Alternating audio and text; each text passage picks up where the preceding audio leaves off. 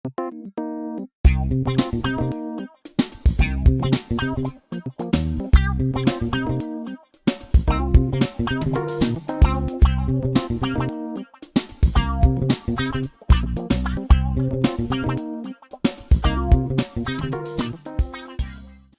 sanibonani dumela ngabshini and hello Inyanga YO MPEDI umkhulu from 131 Marshall Street, Johannesburg CBD. Bakwethu la ngikhona ineighbor yami enginayo ngi next door ne Carlton Butcher. Ngi next door ne 112 Main, ngi next door futhi ne Gandhi Square. Yebo gogo. Bavumile amathonga amadala madoda. Ngi next door nento kuthiwa yini le nala kwenza isira yama security khona.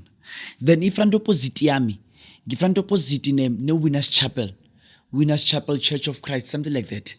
Then la mina ngikhona ngise 131 Marshall Street, Johannesburg CBD. Ngiku first floor, umnyango wala ngikhona, umnyango njengakaya. Then ngiku double story phezulu. Inkonzo yethu ngalapho, umkhulu utholakala ngalapho, umkhulu usenzela ngalapho. Abantu abaningi they think ukuthi umkhulu usenzela eflatini ku bedroom. Mina ngisebenzela eflatini ku bedroom, ngisebenzela eflatini ku first floor la ngikhona sheriff house. Kunama office ami ngela kule ndawo la ngisiza abantu khona. Ngibatla ngikuhlunganiso. Nge 12 zika November 2023. I'm talking to people of which they are deep in debt. People of which they are deep, seriously deep in debt, such as teachers, nurses, traffic cops, police, normally police, SAPS, police, South African Police Services, abantu which were under South African Police Services, abantu of which seriously, they are seriously in debt.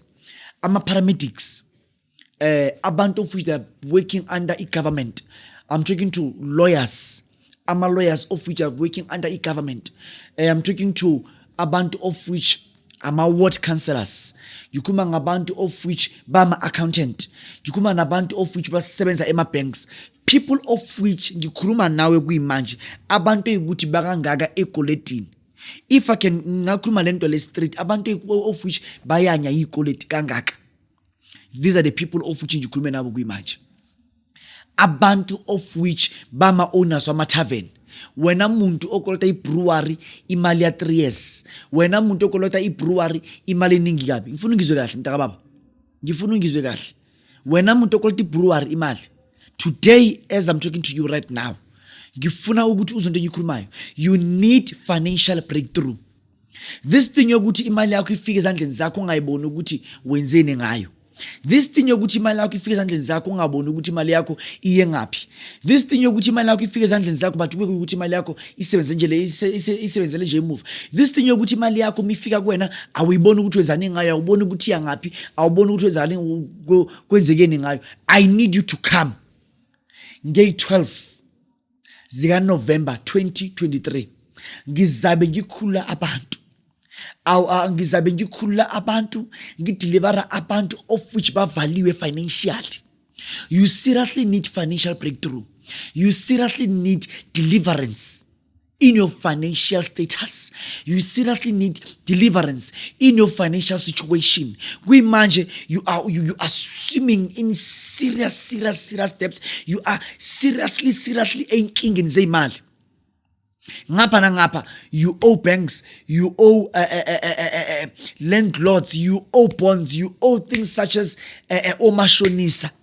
Emsebenzini wena omashoniseni, ukhola namhlanje uyisa imali kumashonisa kusasa futhi uyaboleka. Things such as that. Things like that. I need to help you. I need to change your life. Ngidinga ukuthi ungifonele. Ngizokusiza. I just need you to come with your ID, come with your bank statement, come with your bank card. Ngifuna ungizele uma uza kulo msebenzi lo ungithole inhlabathi yasekhaya. Inhlabathi yasekhaya la uzalwa khona. Inhlabathi yasekhaya la wena wazalwa khona. Umoya uthe wonke umuntu ofuna ngimkhulule financially kumele ngithole inhlabathi yasekhaya because of inhlanhla yomuntu imivalwa, imali zomuntu mazivalwa, ukuphakama komuntu makuvalwa, injula yomuntu imivalwa, ivalwa kubo la azalwa khona. Awunkulo rekering, awungizwa. maye ukuthi kini akusena kini ngoba namanje awunamandla ukuthi ungakha ikini. Ngidinga ukuthi ngithole inhlabathi yesigodi sala wena wazalwa khona. Maye ukuthi it's hard for you ukuthi ungaye ekhaya. Tshela nje umuntu akuthumele nje inhlabathi nge-taxi, nomuntu akuthumela inhlabathi nge-courier guy, nomuntu akuthumela inhlabathi any courier company. Wena uma uza la just inhlabathi mina ngaba nje 5 spoon yenhlabathi noma half a cup. Uma ngizokhula ngizogeza ngizovula into zakho kube ukuthi lento lengayifaka ngaphakathi. Kube ukuthi lento lengayifaka ngaphakathi. Yonke into ekwazi ukuthi kulungele. Impilo yakho imnyama kanje, impilo yakho ivaleke kanje ingamabomo. Awungizwa. Impilo yakho ikanje ingoba wenzwe ngamabomo. Wenzwe ngamabomo inhloso. Bekuhlosiwe ukuthi kube nje. But when you are too ignorant to see ukuthi impilo yakho ikanje because of wenzwe ngamabomo. You think it's something of which is normal. It's not normal. It is not normal and it will never be normal. It's something of which bakwenza yona. Ngiyakumema wena ogulayo, ngiyakumema wena ofuna isikhundla emsebenzini ongasithuli, ngiyakumema wena ofuna ukuba nemali, ngiyakumema wena ofuna ukuphakama, ngiyakumema wena ofuna impilo yakho ishintshe. Angeke kuhlale kunje. Niqabane nonke kini, anizwani nonke kini. Impilo nje imnyama, anizwani. Akunazwano, akunabulungiswa, akunakukhanya phezu kwempilo yenu. Anihlangani. Anibi nje into yodwa. Omunye nomunye uphila le, omunye nomunye uphila le, anihlangani. Ngifuna ukulungisela amathonga kini. Ngale nhlabathi yakini yamoshwa, ngale nhlabathi yakini yavala into zakho, ngale nhlabathi yakini yavala impilo yakho, ngale nhlabathi yakini yavala inhlanhla zakho, ngale nhlabathi yakini yavala ubuwena. Ngiyokulungisela ubuwena. Awungizwa. 12 November 2023. Ngimema bonke abantu. Ngibicha batho kamoka. Ngimema bonke abantu. Ngibiza bonke abantu, ngimema bonke abantu. Ngibitsa batho go tswa ko Taung, go tswa ko Mahikeng, go tswa ko Rustenburg. Banna ba sebetsang mining. Rustenburg. Amadoda asebenza emine. Amadoda asebenza emgodini. Umuntu osebenza emgodini la kona ahamba abonitshe so, itshe elingaqeda impilo yakhe within a second.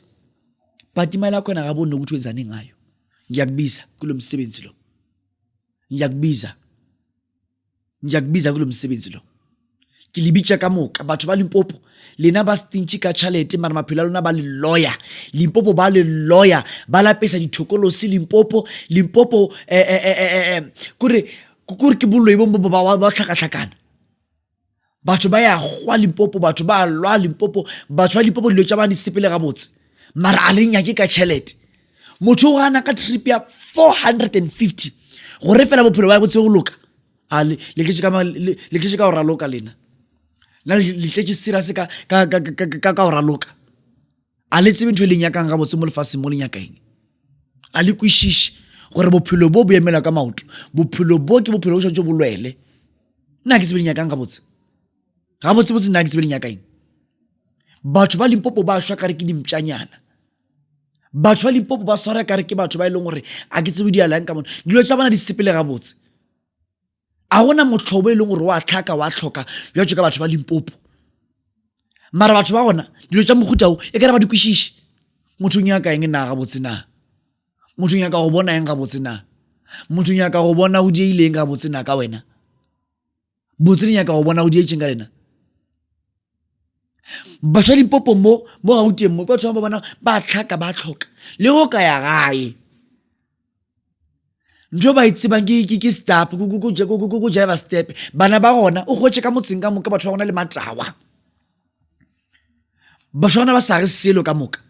Ba sa re selo ka motseng o we.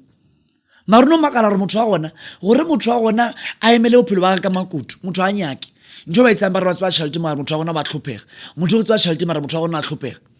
Bega spot ka moka ke ibitsa. Cheflo ka moka ke ibitsa. Maphalle bolobedu ka moka ke libitsa. Moketsi ke libitsa ka moka. Mo moshumo re tlileng ba lona o. Sikukurisela ka moka ke sibitsa. Ha? Gian ke libitsa ka moka. Ha? Pipirust. Samahansi. Ramagongwa. Mlekane ke lebitse ka moka ndori mbitsa pano mosebetsi o ke mosebetsi e leng gore ke batla gore le be teng bophelo bo kgone ho loka nge 12 zika November 2023 abantu bonke ngihamba nabo ngibayise emanzini ngiyovula into zabo ungizela namasi ungizela nenhlabathi yasekhaya uphatha imali engange 450 rand and make sure ukuthi uyabhadala mntakaba because of siyovala ama-line ngekudala inyanga yompedi umkhuloti from 131 Marshall Street Johannesburg CBD ngihamba nawe ngiyempophomeni nawe nge-12 zika November siyempophomeni konke kuyokhanya siyabonga makhosi